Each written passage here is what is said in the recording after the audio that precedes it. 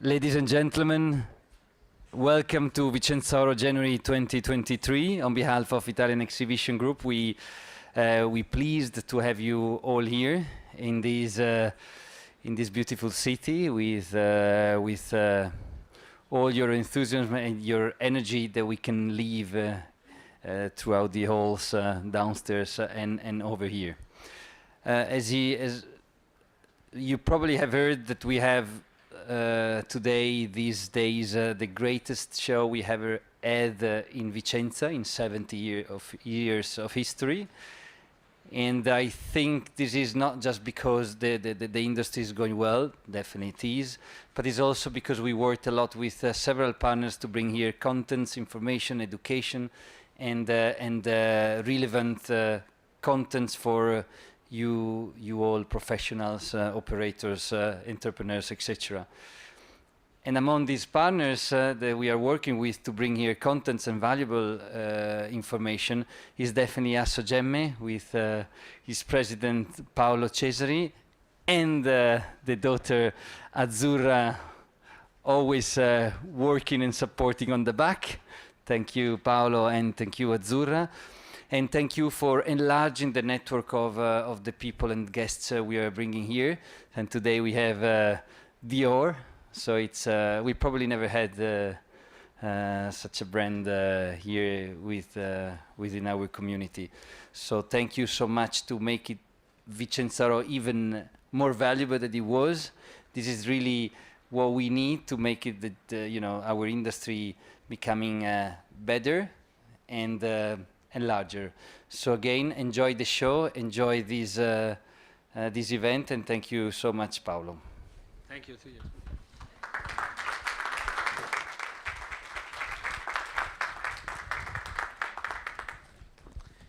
Buongiorno a tutti voi. Good afternoon to all of you. I do not speak any English. It is hard enough for me in Italian, so that is how I'm going to speak.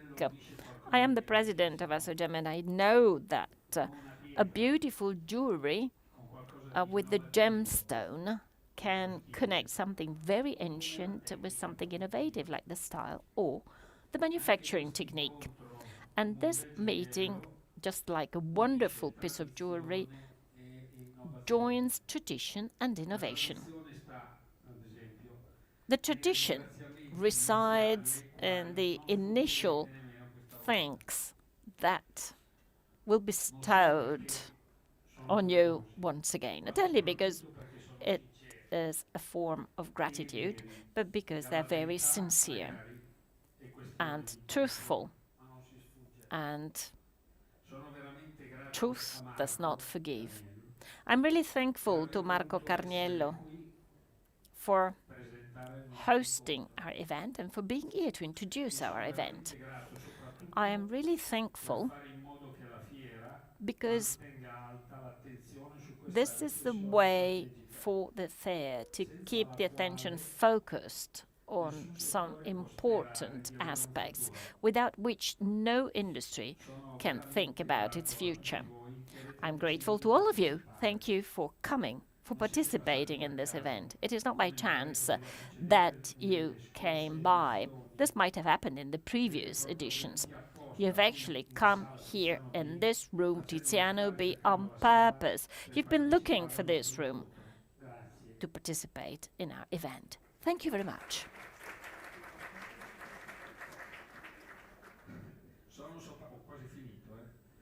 I've almost finished. But I am very, very thankful to Dominique. Dominique Dufermont followed our invitation, notwithstanding all the difficulties, real difficulties, that he had to overcome to be here today. This brings a strong sign of innovation to our meeting, because our meeting, like a beautiful piece of jewelry, joins tradition and innovation. This has become a mantra now. And innovation resides in Dominique deciding to be here. The fair has always been international, and also in events like this ones, It is wonderful to have guests coming from different countries, but Dominique doesn't only come from a different country. Dominique comes from what we used to refer to as another world, a maison that is deeply rooted in haute couture. So the innovation resides in the fact that we're overcoming a barrier. And thanks to gemstone, we can see what is shared by a success story in fashion and a success story in jewelry. Both stories taking place in the very same maison. This choice is not based on vested interests. It is based on a vision with a capital V. The vision of success going through cooperation rather than competition. This story, I mean, the fact that cooperating is more effective than competing, well, this is a story we've been telling for years and years. And maybe you can even find this as a sentence in the Italian chocolates, Baci Perugina, but you don't actually see this that much in companies.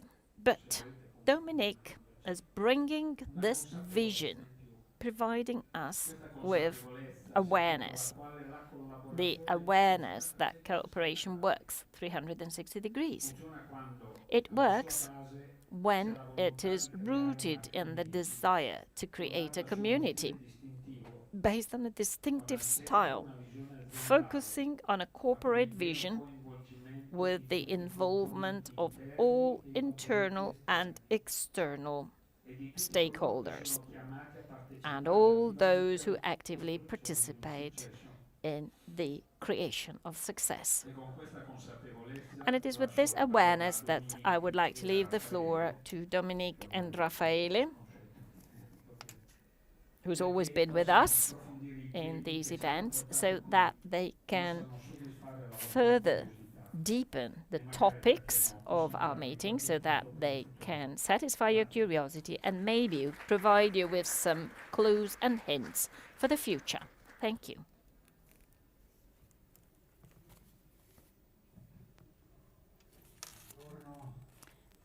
Good afternoon.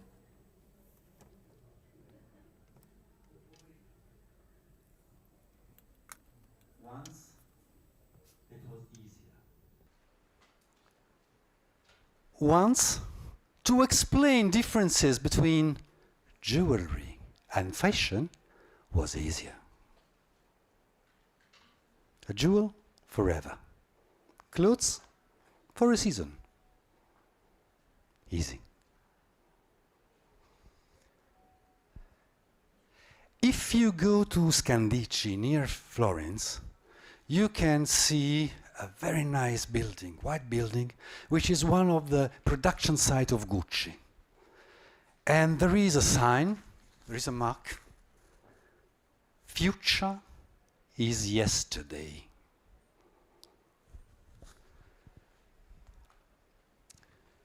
In this volatile, uncertain, complex, ambiguous world, present is more interesting than future. Present is more interesting than eternity.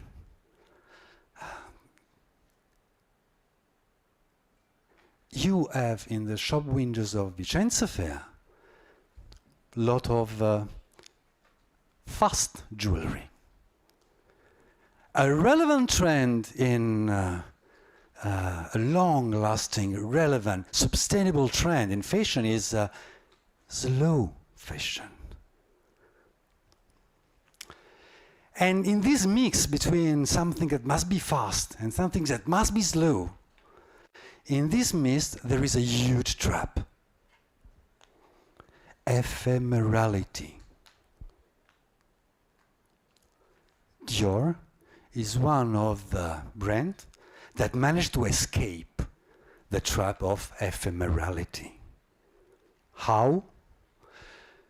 I don't know.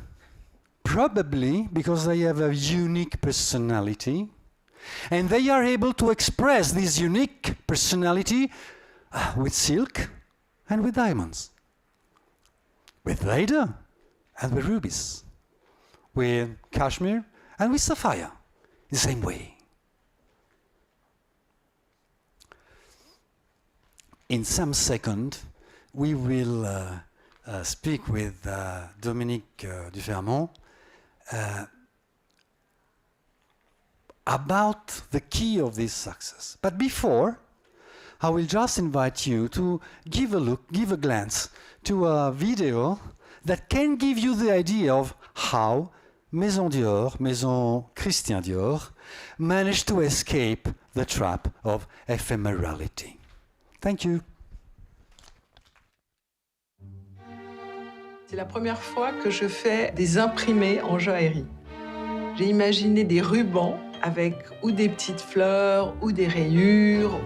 Il y a des rayures de couleur dans le sens de la longueur, d'autres rayures qui sont dans le sens de la largeur. Il y a un jeu de répétition. Il y a aussi un motif tie and dye, des carreaux. Ces morceaux de ruban viennent tenir une pierre ou bien viennent s'entrecroiser sur un poignet. Toute la difficulté aussi, c'est quand le ruban ondule, il faut que l'imprimé suive. Ça, c'est tout le travail très important en atelier de construction pour qu'on puisse ressentir tout le mouvement du ruban. C'est comme la couture, quoi. C'est un travail d'ajustement qui est très précis. La collection va être présentée à Taormina sur des robes de haute couture de Maria Grazia. Les mannequins au début vont être dans le jardin, comme des tableaux, et après, il y a le défilé avec les robes, les bijoux. Ce qui est très beau, c'est d'avoir tous ces bijoux qui brillent la nuit, au milieu de la nature. Il y a toutes les lumières qui font scintiller les pièces en fonction des couleurs. J'ai pris plutôt modèle sur les pièces existantes de joaillerie. On a un répertoire de détails de toutes les collections depuis plus de 20 ans. C'est un peu l'alphabet de la joaillerie. Il y a des imprimés qui prennent référence à la robe Miss Dior créée par Christian Dior, qui date de 1949. La fleur est un classique et je trouvais très amusant d'imaginer des rubans fleuris qui, pour moi, sont vraiment une identité de la Maison Dior. Et le feu d'artifice clôt l'ensemble de la soirée. C'est comme s'il y a des éclats de pierres dans le ciel, comme si ces pierres, tout d'un coup, étaient sorties des colliers ou des bijoux et comme si ces bijoux jaillissaient dans le ciel.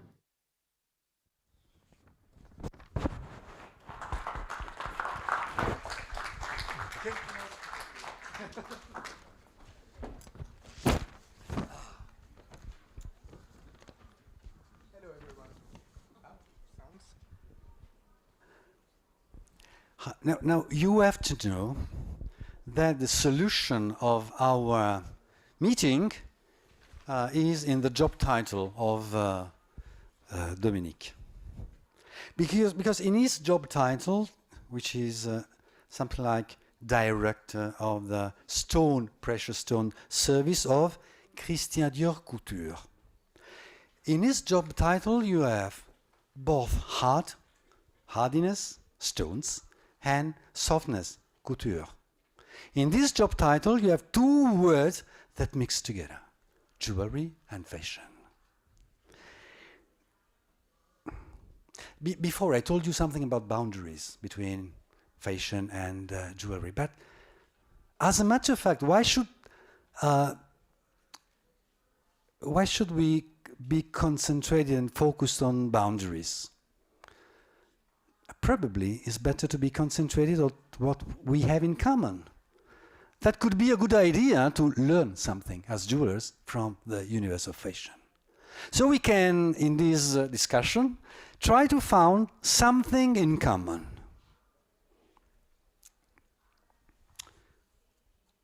Dominique, could color and volume be a way to express the soul of Dior, both in jewelry and in couture? Well, for couture, good afternoon, everyone. For couture, color is rarely a pure thematic, except in 1999, where the high jewelry was launched at Dior. at the same moment, John Galliano made a complete collection based on the red color. Why? Because red was the most favorite color of Christian Dior himself. Talking about high jewelry, Victoire de Castellane, that you have seen, who is our artistic director, she's call herself a colorist. She likes to play with colors. You've seen some pictures and on the videos some jewelry. It's full of color. It's really her touch, her signature, to play on color. Whatever the stones are, her approach is not based on if a stone is precious or not, what is the value of the stone itself.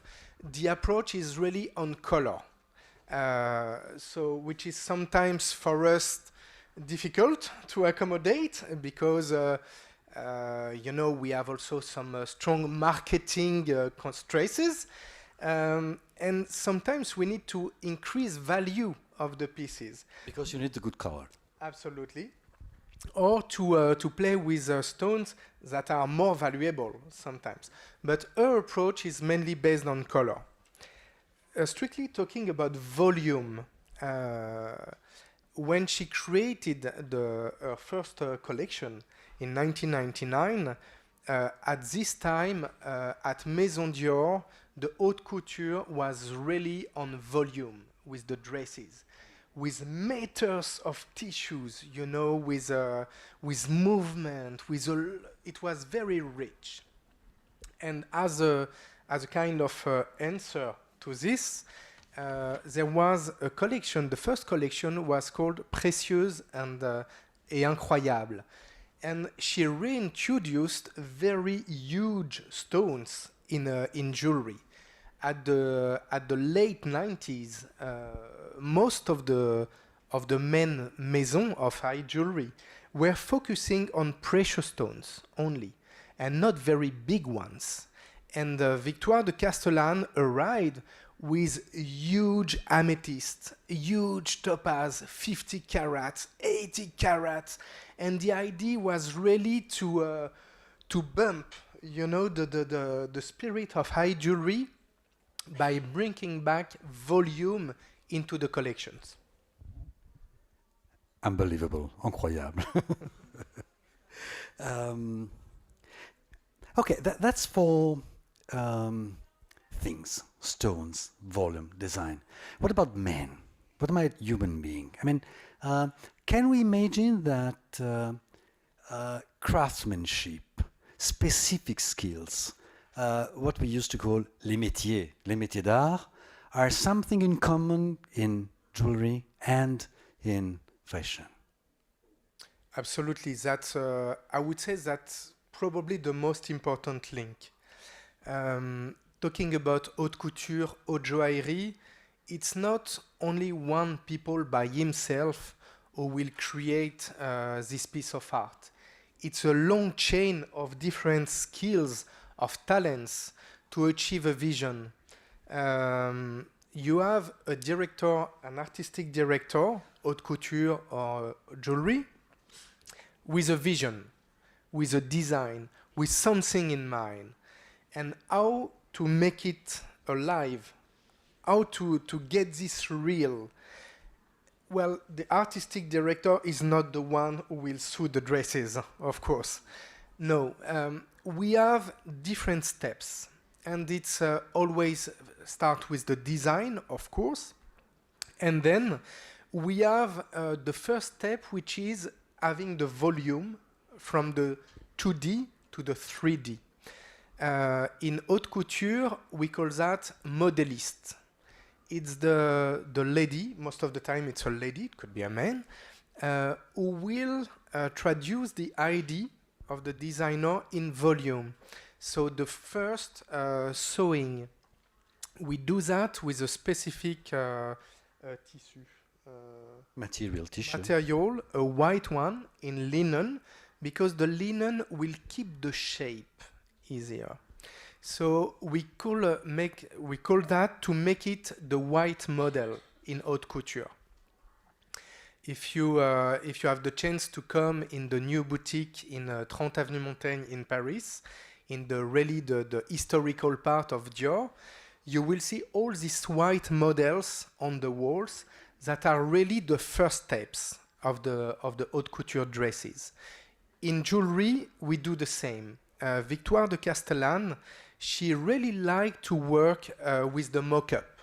So we make a mock-up with in brass, with strassies, with fake stones, but the idea is to be sure that le porté, the way to wear, is really fitting, that the stones are at the good position, etc.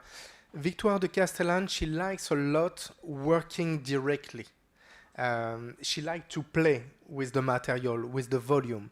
So this first step is very important, and it requires already a very high skill. And then from this part, from this stage, we have all the different steps. I used to say that haute joaillerie is a collective piece of art. To achieve a piece of jewelry, you need more than 10 different steps.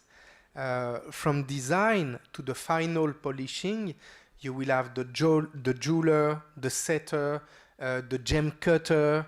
You have many different skills, and all these artisans, these craftsmen, are very highly skilled. That means that we are working with valuable material, with very valuable skills, because at the end, the idea is to achieve a unique piece. So it's a combination between the skills and also value of the material itself. Thank you. So, collective piece of art. You know, in March, last March, we spoke here about craftsmanship. We spoke here about the education to beauty.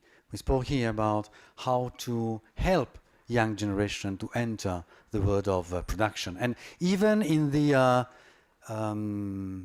ceremony that opened this here, the Vicenza Oro, again, we enter again in the time of training people, young people, to enter into the works of jewelry. But I would like to come back on yourself, on you. Because you spoke about, you tell that jewelry is a collective piece of art. And you need different métiers to create a jewel. But actually you have done a lot of different métiers. Because you start your career, I've seen it on LinkedIn. You started your career as a gemologic specialist, working for big maisons, Cartier, Van Cleef, and then you decide to be an entrepreneur. And then you decide to learn to young people, limited art and your métier. And then now you are a specialist of stones and on bargain on stones. But I didn't find it on LinkedIn, Azzurra told me. So you can see a same problem from different point of view. Is it something that is something in common between jewelry and couture? Can you imagine that the idea of breaking the idea of silos and starting to collaborate between different people with different experience on the same subject can be a way to produce quality? Well, I think it's important when you are an expert, in a sense, in your field, to be able to have a complete view. And for me, that's the real meaning of expertise. That means that I'm not only a specialist of Colombian emeralds from Museau, for example. No, what I like in gemstones is to understand from the mine to the final client. That's why I made different tries in my professional life. Because for me, it's very important to have this view also to understand the value of what you have in your hands. If someone tell you it's rare, you can believe and you can experiment. That's the difference. Something, especially in our field, sometimes when you are bargaining on stone, you don't trust all the time the people you have in front of you. I mean, it's a strong discussion. If you don't have the knowledge, the most expensive knowledge as possible, it's hard to really understand what you have in front of you. It's also to make the link with the people involved in this construction of a piece of jewelry. It's also being able to understand their need, their constraints, what they can do, what they can't. The idea is to facilitate. If you're not able to understand, if you're fixed on your idea, well, you're blocked at a point. So for me, I really wanted, especially on gemstones, to have this complete understanding. That's why, for example, well, if we come back on Cesari, for example, when we speak about the mining, where the pink opal is coming from, I know it's rare, but if you don't know really the mines, the situation, how it comes on the table, all the energy required to get the stone on your table, I mean, you're not considering what you have the best way, the good way, in a sense. So for me, yes, that's important to understand all this chain to be sure that, you know, I know what I have. And the big point is how to make sure that final customer will appreciate all these efforts, and somehow to train final customers or sales associate. Yeah. It's very, well, if I may, especially for a maison like us, we are not a pure player in jewelry. We are playing in the same gardens than Cartier, more than 100 years of history, Boucheron, Van Cleef. You know, all these maisons have a really long history. They know what they are talking about. The sales associate, the collaborators, they know what they are talking about. When you enter a boutique at Dior, you have some bags, some clothes, some accessories, some jewelry. You have many things. So the people in front of you, they have to be specialists in all fields, in a sense. So yes, training, explaining, sharing is very, very important. Because sometimes you're in front of people that have more knowledge than you. Well, this, I experimented it. I had a short experience as a sales associate. After my studies, I was working in a watch boutique. Very nice brands, Patek, you know, all the nice brands. And I was very new in the field. And I had some people very passionate in front of me. They asked to have a look at a watch. So you explain what you can. Okay, how many beats per minute, the number of components of the machine. And people were getting much more further than me in the knowledge. You know, the alloy of the component, etc. So at a certain point, you need to stop. You know, you have nothing to say. You let the people enjoying the piece, okay? But by this experience, I understood that it's very important to know what you are talking about and to share it with most of the people. Well, first, of course, to sell. We are a company, we need to sell. But second, also for the people in front of you to really enjoy deeply what they have and to understand, to make the link, the energy and the talent involved in the creation of a piece. So, you know, actually we move from things, stones. We touched creativity. Then we went into profession that are that we need to create pieces. And finally, we touch customers. As you are our customers, I will tell to people standing in the end of the room that there are free pieces, free place here. So if you want, you can come nearer. It's just a way to give service. You know, I came from a family of Neapolitan tailors. And when I was very, very young, I used to go to school, obviously. And then when I came back, I had to stop to the atelier. But if a customer was in the atelier, I know that I had to disappear. Because all the attention was for the customer. And I heard friends coming from family of jewelers, of small craftsman jeweler, telling exactly the same thing. So I tend to imagine that in fashion and in jewelry, the fact that the customer is at the center of your attention, this idea of customer centricity, is again something that we can have in common. And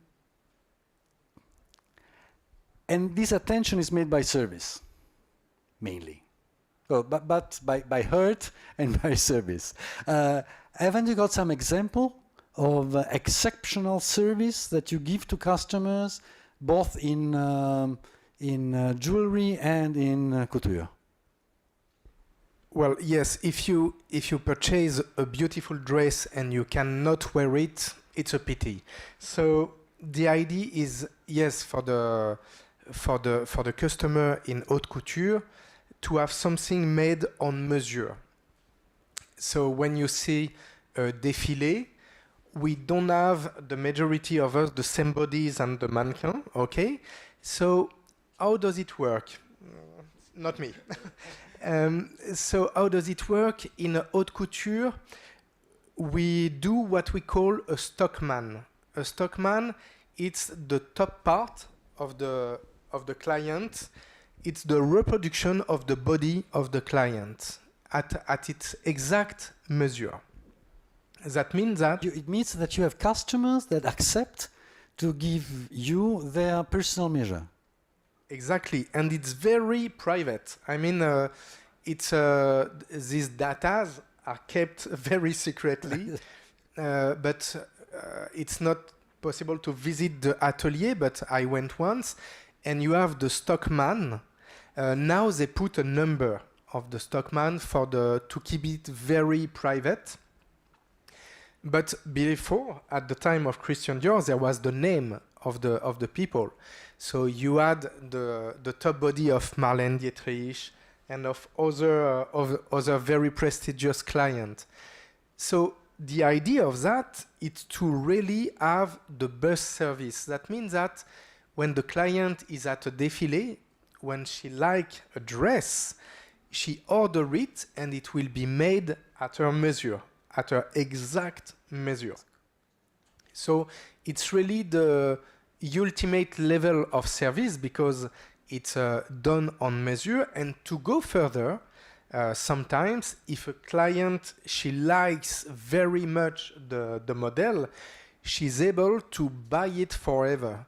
That means that no one else will have the same dress. So it's really the prestige of this haute couture. If we compare to haute joaillerie, we have most of the time to do some adjustment on necklace, on rings, to put it on the measure of the neck or the ring. And sometimes we nearly have to redo all the piece because you do it at an average measure, not, you don't make it random, and you need all the time to adapt. To go one step further, in haute joaillerie, at Dior, we decided to do what we call the loose stone operation. What does it mean? It means that we have some very exceptional stones, gemstones, that we propose to our best client with a design from the artistic director. And we start the discussion between the artistic director and the client. So at every high jewelry event, I'm working on a selection of gemstones. And the client, if he has an interest, we propose a design, but from this design we can evolve very far. Just an anecdote, for example, last year I found a beautiful Menge spinel from Tanzania. For the ones who know the origin, it's quite rare to have beautiful stones from this place, 31 karat, a pear shape, a beautiful stone. And the artistic director designed it as a necklace. And it was presented to a customer. She was in love with the stone, but she wanted a tiara. So from the necklace, we arrived to a tiara. So this is the kind of service we do in haute joaillerie. When a client is in love with a stone, we try to push the dream as far as the client wish. Great. So we spoke about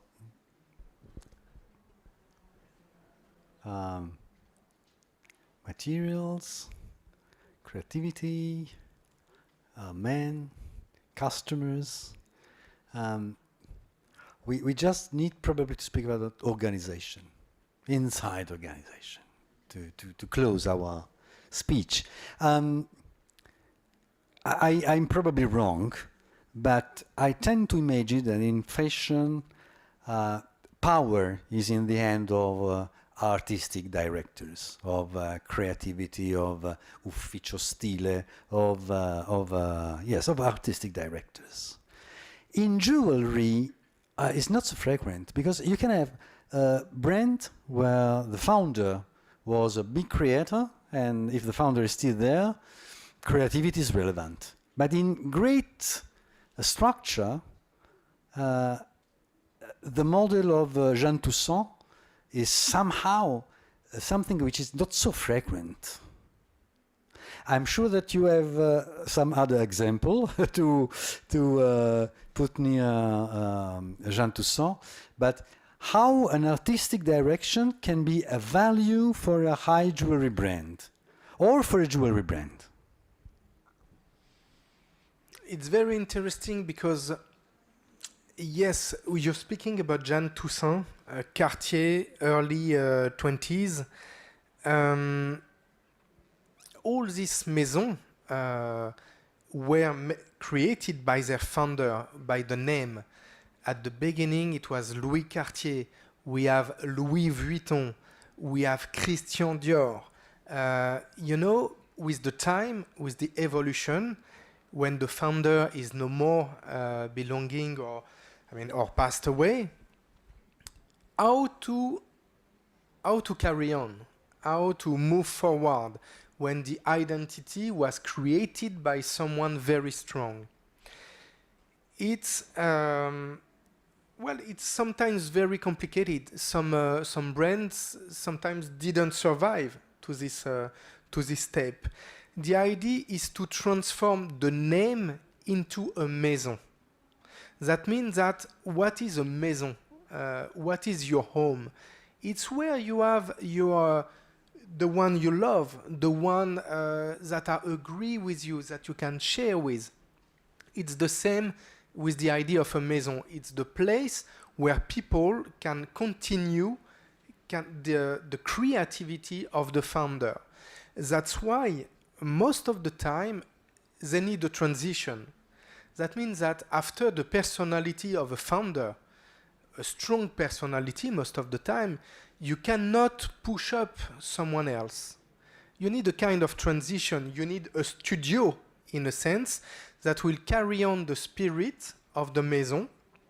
And maybe one day there will be another artistic director that will be strong enough to embody the brand itself. At Christian Dior for the jewelry, when Bernard Arnault asked to Victoire de Castellane to join the maison, she was coming from Chanel.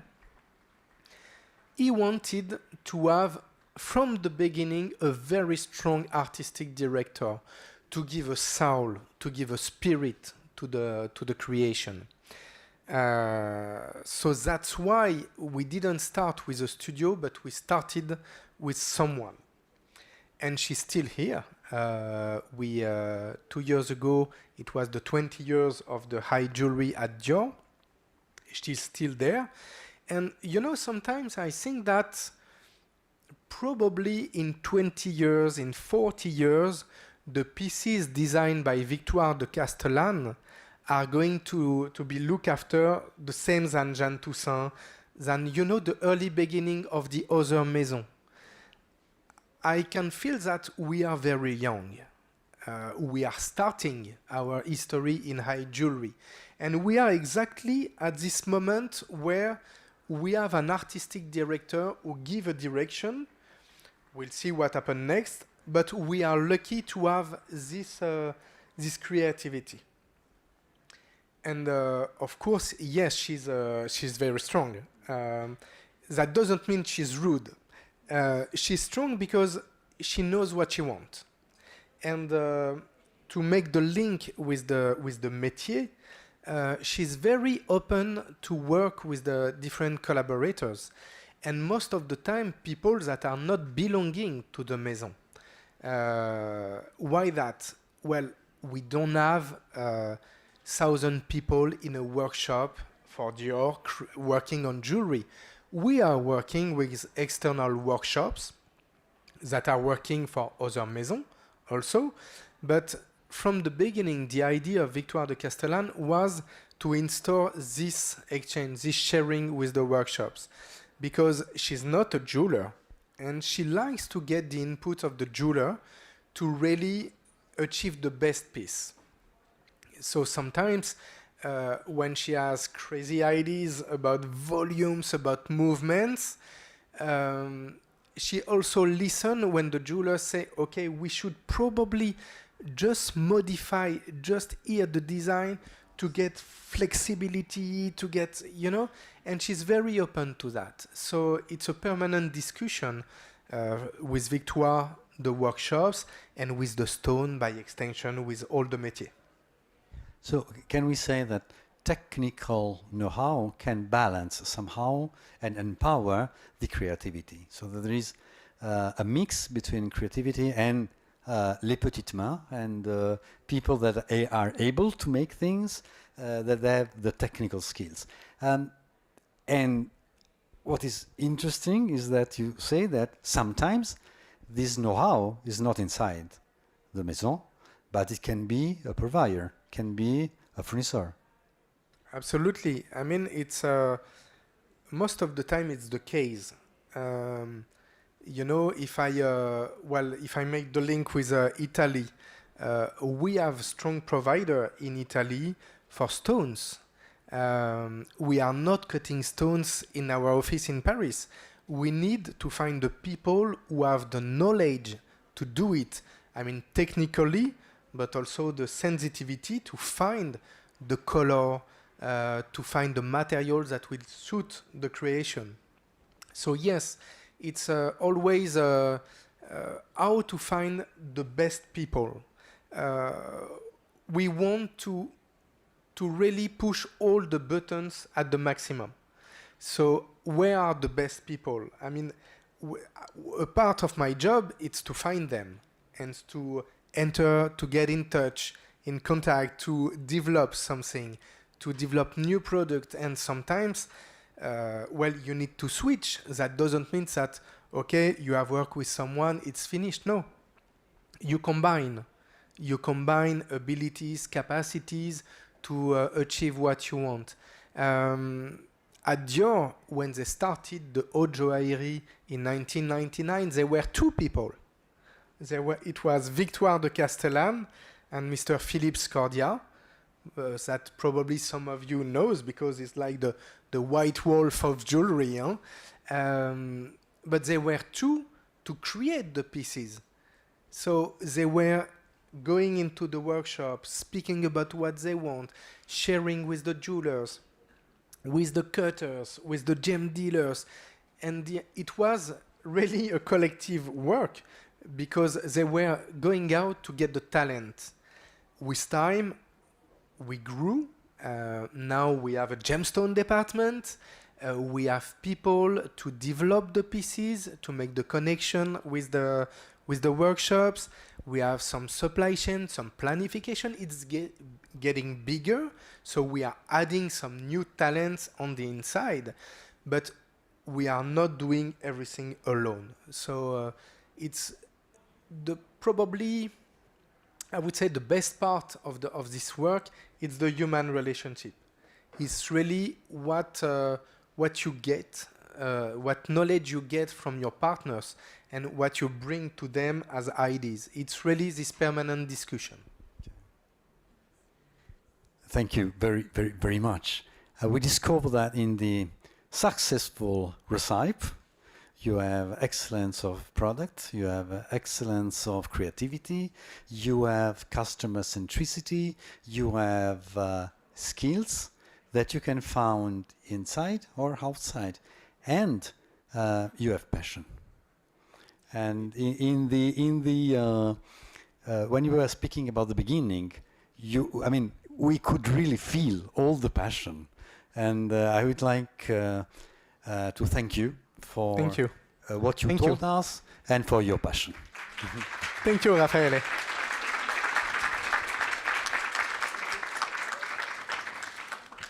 And I really like also to thank Assogemme, Azzurra, and Cesari for the invitation. And they are the perfect example of a successful collaboration, for example. Thank you.